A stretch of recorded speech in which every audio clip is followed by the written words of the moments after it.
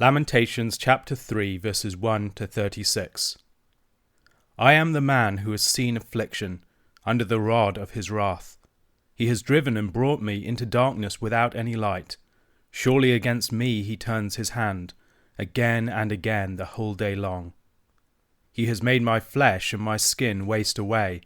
He has broken my bones. He has besieged and enveloped me with bitterness and tribulation. He has made me dwell in darkness, like the dead of long ago. He has walled me about so that I cannot escape. He has made my chains heavy. Though I call and cry for help, he shuts out my prayer. He has blocked my ways with blocks of stones. He has made my paths crooked. He is a bear lying in wait for me, a lion in hiding. He turned aside my steps and tore me to pieces. He has made me desolate. He bent his bow and set me as a target for his arrow. He drove into my kidneys the arrows of his quiver. I have become the laughingstock of all peoples, the object of their taunts all day long. He has filled me with bitterness. He has sated me with wormwood. He has made my teeth grind on gravel, and made me cower in ashes. My soul is bereft of peace. I have forgotten what happiness is. So I say, my endurance has perished, so has my hope from the Lord. Remember my affliction and my wanderings, the wormwood and the gall. My soul continually remembers it, and is bowed down within me. But this I call to mind, and therefore I have hope. The steadfast love of the Lord never ceases. His mercies never come to an end. They are new every morning. Great is your faithfulness. The Lord is my portion, says my soul, therefore I will hope in him. The Lord is good to those who wait for him, to the soul who seeks him. It is good that one should wait quietly for the salvation of the Lord. It is good for a man that he bear the yoke in his youth. Let him sit alone in silence when it is laid on him. Let him put his mouth in the dust. There may yet be hope. Let him give his cheek to the one who strikes, and let him be filled with insults. For the Lord will not cast off forever, but though he cause grief, he will have compassion, according to the abundance of his steadfast love. For he does not afflict from his heart, or grieve the children of men. To crush under foot all the prisoners of the earth, to deny a man justice in the presence of the Most High, to subvert a man in his lawsuit, the Lord does not approve. Lamentations chapter 3 is a chapter with an acrostic pattern.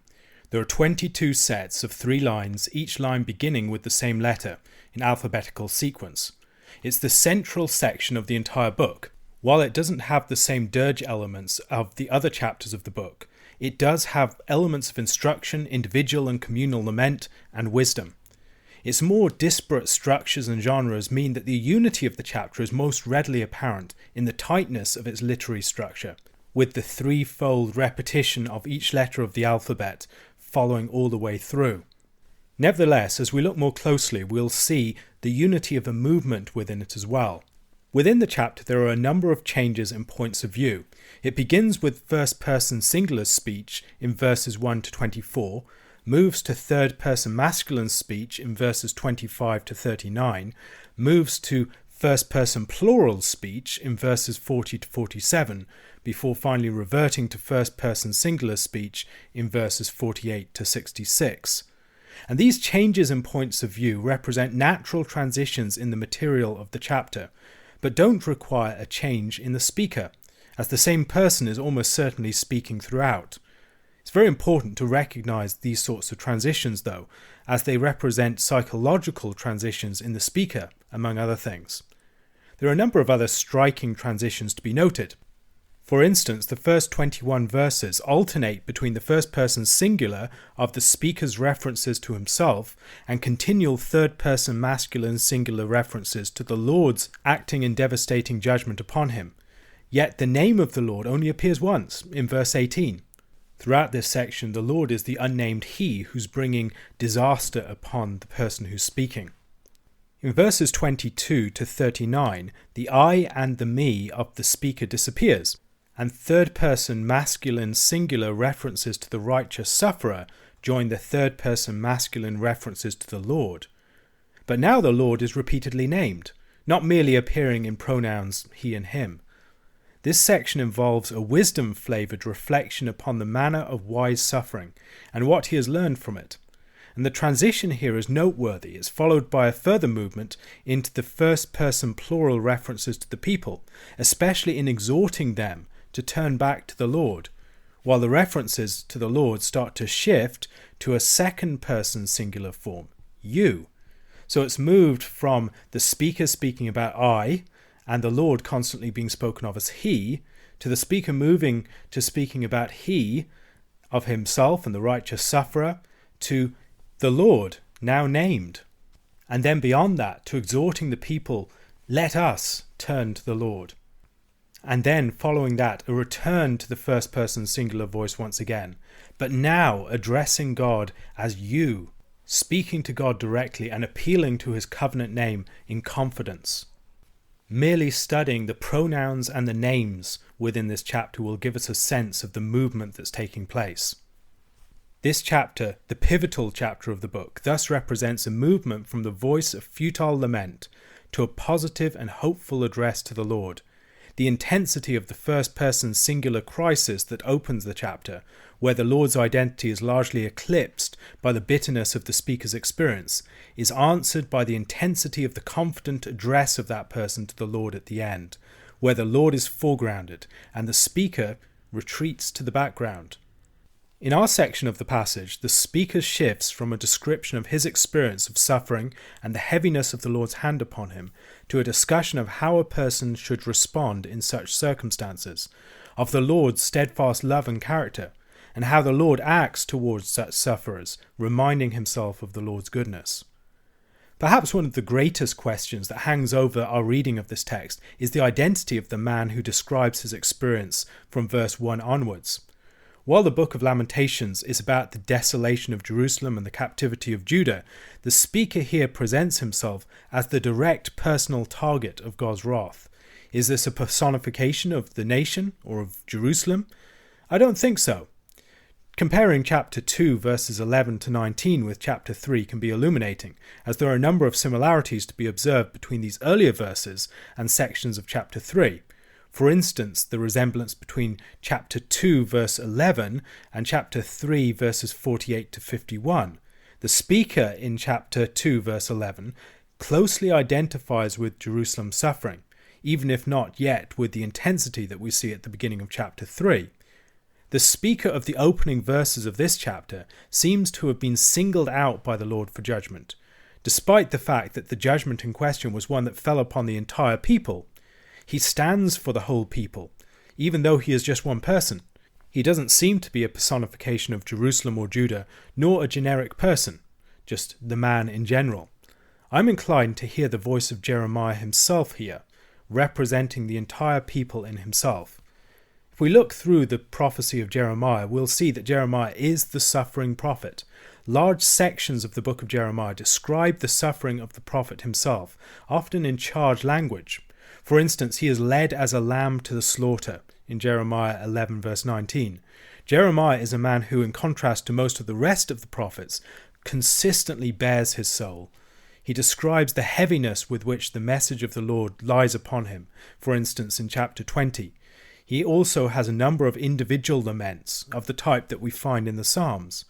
Jeremiah is the weeping prophet, the one who is established by God to stand against the people of his day as a fortified city, an iron pillar and bronze walls, but who was also established to stand for the people, as he takes the blows of God's judgment upon himself in bearing the prophecies against them. In Lamentations chapter 3, I believe we're seeing this. Jeremiah is the prophet who feels those painful blows of the judgments of the Lord before they fall upon the people. And in Lamentations chapter 3, he's giving voice to his experience.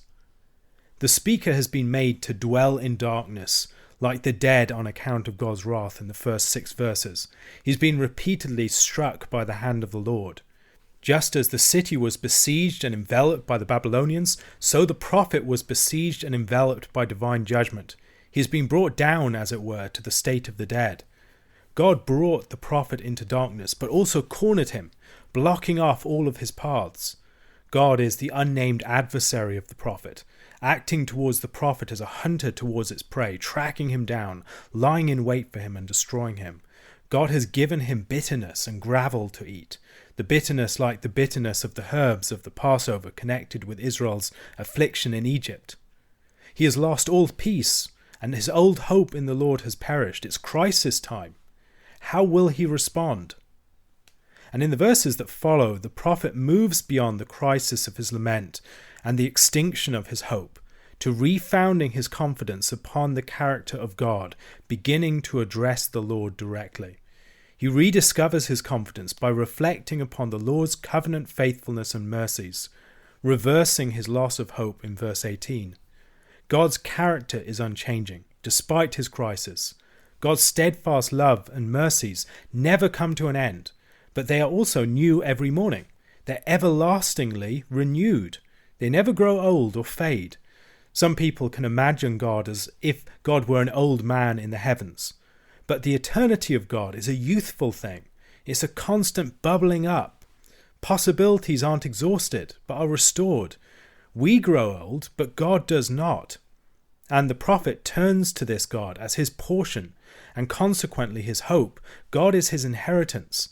The city of Jerusalem, the nation of Judah may come to an end, but God, the inheritance of his people, does not fade or fail.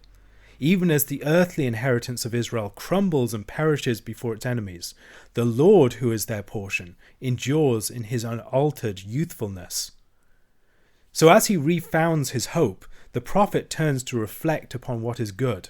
Each verse from verse 25 to 27 begins with that word, the word good, recognizing at the outset God's goodness, not just in an objective sense, but in a relational sense, that God is good to those who wait for and seek him.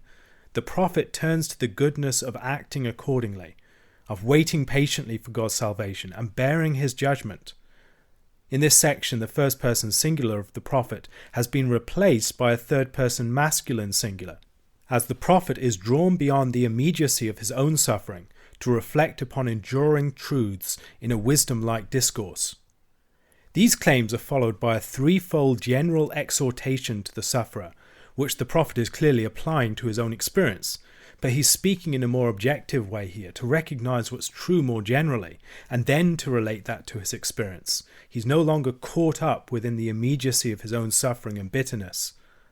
He ought to sit alone in silence, the sufferer, taking up the language used to describe the city of Jerusalem itself in chapter 1 verse 1, to submit to judgment and to take its blows upon himself.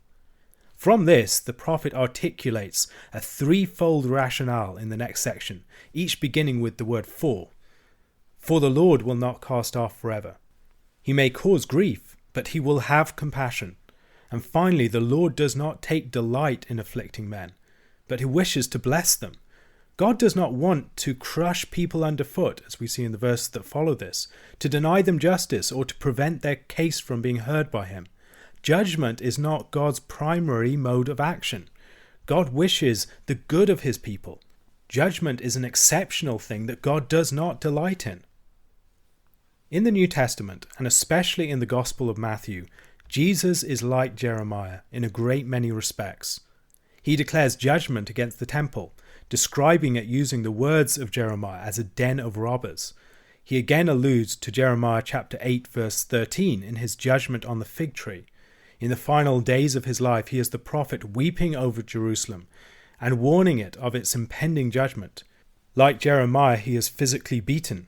And as Jeremiah was a lamb led to the slaughter to be cut off from the land of the living, in Jeremiah chapter 11 verses 18 to 20, so was Christ in fulfillment of Isaiah 53. He suffers on account of the people and with them. He feels the painful burden of the Lord's calling upon him. And in places like Jeremiah 20, the prophet bitterly laments his experience. Finally, as we have seen in Lamentations 3, he feels within himself the full force of the tragedy of the destruction of Jerusalem, as if he himself were the city. Matthew's crucifixion account alludes to Lamentations and Jeremiah at a number of points.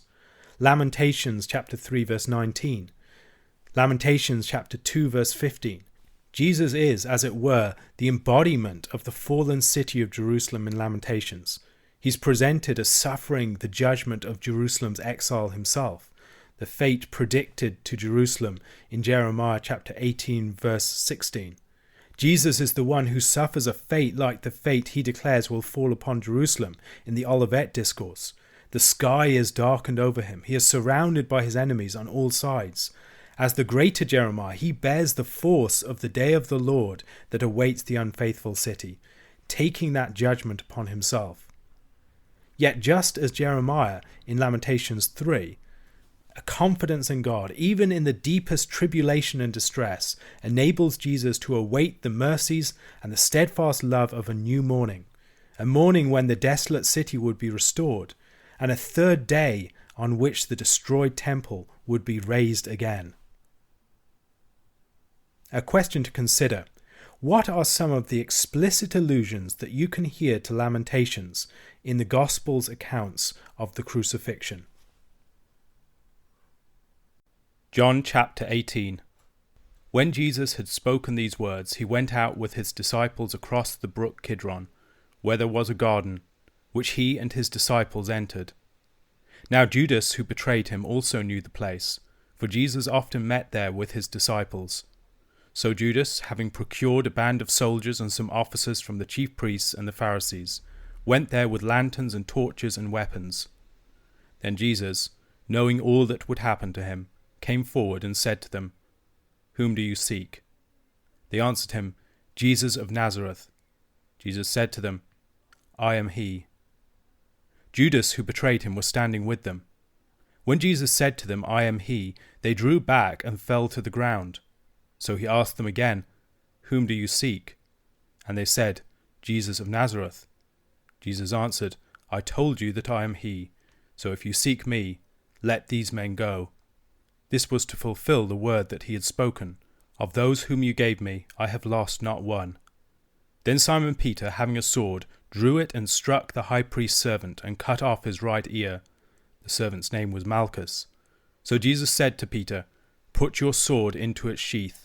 Shall I not drink the cup that the Father has given me?"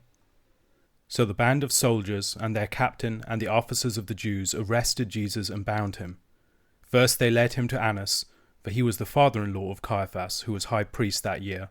It was Caiaphas who had advised the Jews that it would be expedient that one man should die for the people. Simon Peter followed Jesus, and so did another disciple. Since that disciple was known to the high priest, he entered with Jesus into the courtyard of the high priest, but Peter stood outside at the door. So the other disciple, who was known to the high priest, went out and spoke to the servant girl who kept watch at the door, and brought Peter in. The servant girl at the door said to Peter, "You also are not one of this man's disciples, are you?" He said, "I am not." Now the servants and officers had made a charcoal fire, because it was cold, and they were standing and warming themselves. Peter also was with them, standing and warming himself. The high priest then questioned Jesus about his disciples and his teaching. Jesus answered him, "I have spoken openly to the world. I have always taught in synagogues and in the temple, where all Jews come together. I have said nothing in secret. Why do you ask me? Ask those who have heard me what I said to them. They know what I said." When he had said these things, one of the officers standing by struck Jesus with his hand, saying, "Is that how you answer the high priest?" Jesus answered him, "If what I said is wrong, bear witness about the wrong. But if what I said is right, why do you strike me?" Annas then sent him bound to Caiaphas the high priest. Now Simon Peter was standing and warming himself. So they said to him, "You also are not one of his disciples, are you?" He denied it and said, "I am not." One of the servants of the high priest, a relative of the man whose ear Peter had cut off, asked, "Did I not see you in the garden with him?" Peter again denied it, and at once a rooster crowed.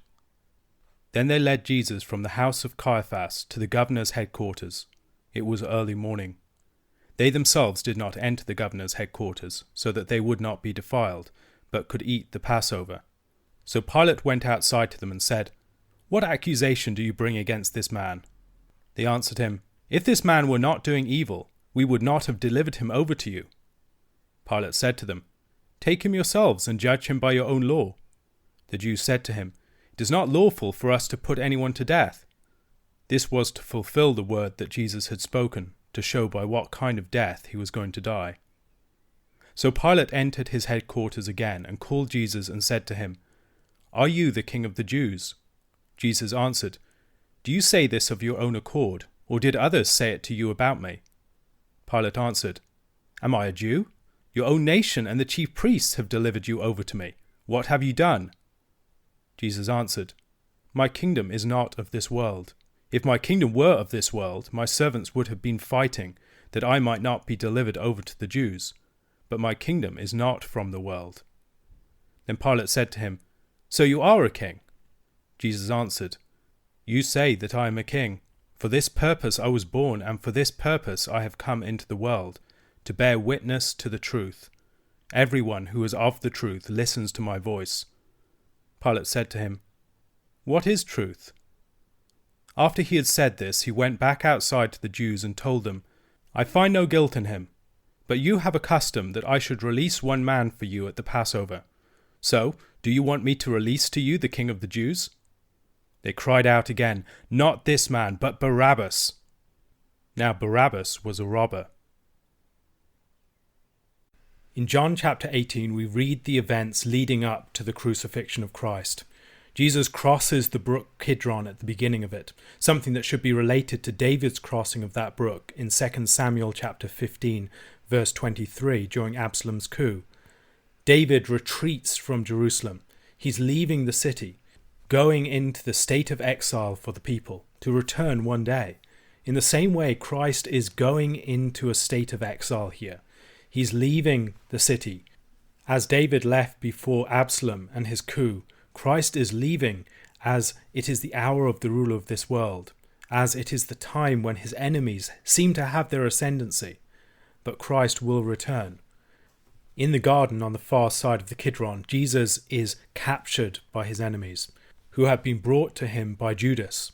Jesus answers those coming to arrest him with the highly significant words, "I am," at which they draw back and fall to the ground as if in worship. His words in verses 7 to 9 also show his commitment to suffer on behalf of the disciples and to protect them even as they abandon him. He wishes for them to be delivered, but he will take the full force of the time of testing upon himself. Peter attacks the high priest's servant, cutting off his ear. Malchus, in many ways, could be seen as Peter's opposite number. Both are servants of a high priest. Peter is the lead priestly assistant to Jesus, a fact that's particularly significant from this chapter onwards. This is the sort of laying down of his life that Peter had in mind in chapter 13, verse 37. He was less prepared to lay down his life in the manner that Jesus actually required of him. Jesus is said to act to fulfill the word that he had spoken. "Of those whom you gave me, I have lost none." Jesus' protection of his disciples from being caught up and being crucified with him is one of several ways in which we see Christ's death in John portrayed as a suffering on behalf of others, a giving of his life so that others would not perish. Jesus opposes the use of violence to defend himself, knowing that he must drink the cup that the Father has given to him. Like David rebuked Abishai, who sought to kill Shimei when he was cursing him as he left Jerusalem during Absalom's coup, Christ opposes Peter's action of violence towards the high priest's servant. Simon Peter serves as a sort of high priest among the disciples under Christ. While Jesus is being tried before Annas and Caiaphas, Peter is denying Jesus in the high priest's courtyard. And there's an important parallel being established. Peter stands around the fire of coals, and later on, Jesus has a fire of coals when he restores Peter in chapter 21, verse 9. The other disciple, presumably the disciple Jesus loved, was known to the high priest, and he seems to have good connections and access. Jesus is questioned, but Peter is also questioned at the same time, heightening the contrast between them. Jesus' I ams contrast with Peter's not me's. Peter is questioned by the servant girl at the door, primarily about his association with Christ's disciples, then by the servants and officers warming themselves by the charcoal fire, then by one of the high priest's servants, a relative of Malchus. Peter's denial, along with the entrance into Jerusalem, is mentioned in all of the Gospels. Peter is not the hero of this story. Having faced Caiaphas, Jesus is sent from Caiaphas to Pilate. This is early in the morning. It's probably around dawn. These are the first events of that first Good Friday. They're dealing with Jesus as a matter of urgency. They're concerned to be able to eat the Passover, which raises some chronological questions. It's possible that they were using different calendars, Jesus using the solar calendar, for instance, for the Passover. There's no reference to a lamb at the Last Supper. The Last Supper may be connected to the Passover while not itself being the Passover meal. But the different gospel accounts have their differing purposes and intentions. John, as elsewhere, focuses more upon the relationship between the symbol of the Passover and the fulfillment with Christ as the Passover lamb. Christ is, as Paul declares in 1 Corinthians chapter 5, our Passover, sacrificed for us. Pilate asks for an accusation against Christ. He isn't particularly keen to get involved, and this would serve an apologetic purpose. The true enemies in John's Gospel are not the Romans. The leaders of the Jews didn't have the authority to give a death sentence, so they are eager for Pilate to declare judgment, a death sentence upon Christ. Once again, we're reminded that Jesus' word is being fulfilled even in the events of him being condemned to death. Pilate questions Jesus, presumably after hearing the accusation that he presents himself as the King of the Jews, a claim that he would naturally interpret as revolutionary in character. His triumphal entry would also seem to give some substance to this claim. However, Jesus doesn't seem to emphasize the title. Jesus defines his kingdom in terms of truth rather than in terms of ethnicity and nation. His is a different sort of kingdom. If his kingdom were like other kingdoms, his disciples would fight. And truth means different things to different ears. Pilate's question, what is truth, is ambiguous.